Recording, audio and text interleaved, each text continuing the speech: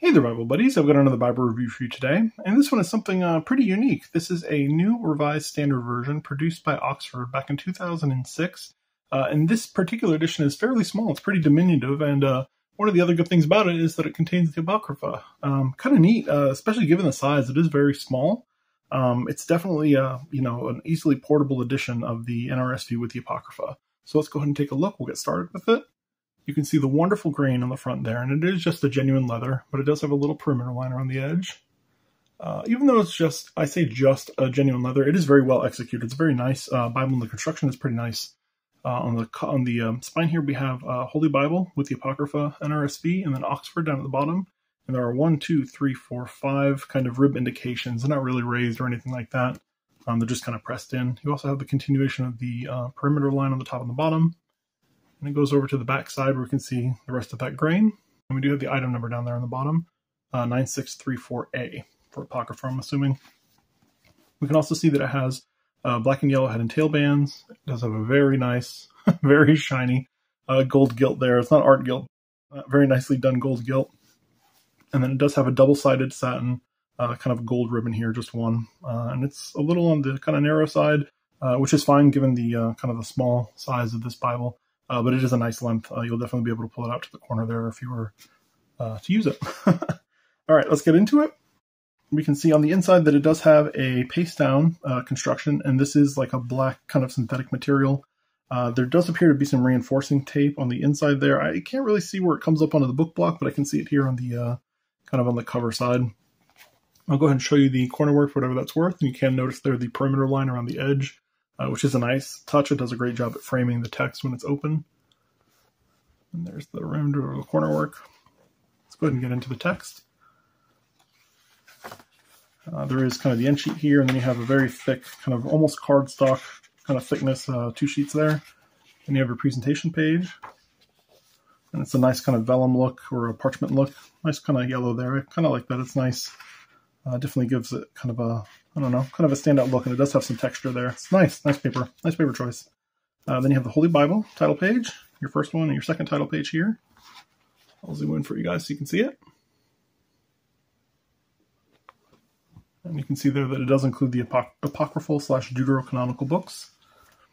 And we do have our copyright page. Why don't you guys take a look if you're interested.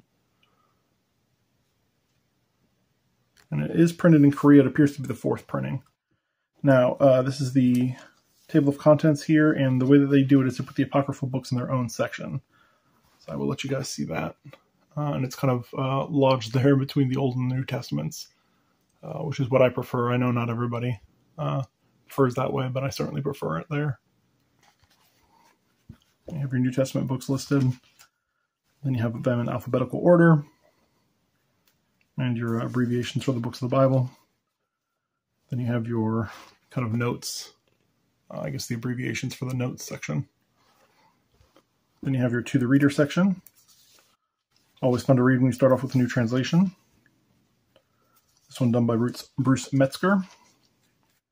Then you have a table of weights and measures, which I think is weird that they put this at the beginning of the Bible. Normally you see it at the end of the Bible. It's kind of oddly placed here. I don't know, maybe they're just trying to keep all that together. Then you have your Old Testament title page and Genesis. We'll go ahead and turn so we can get a little more information. And I'll zoom in because this is a small text. I'll pull it in tight for you guys. But you can see that the page number at the top center. Then we have the book and kind of the chapter and verse beginning and ending annotations there. You do have kind of a chapter indicator there, and it's a double line numeral. And there are some footnotes at the bottom. I hope you guys can read those. They are very small. And we'll get a font measurement in a minute, but they are pretty small. And then there are running headers kind of throughout, both at the, kind of at the start of the chapters and then kind of in the middle of it as well. But it is a double column paragraph layout. And it is nicely done. The font choice is pretty nice. I'm always a fan of serif fonts. They just look more elevated to me, a little more befitting of a Bible. I have, just a couple of Bibles that were produced more recently. I have like sans serif fonts, and it just looks weird.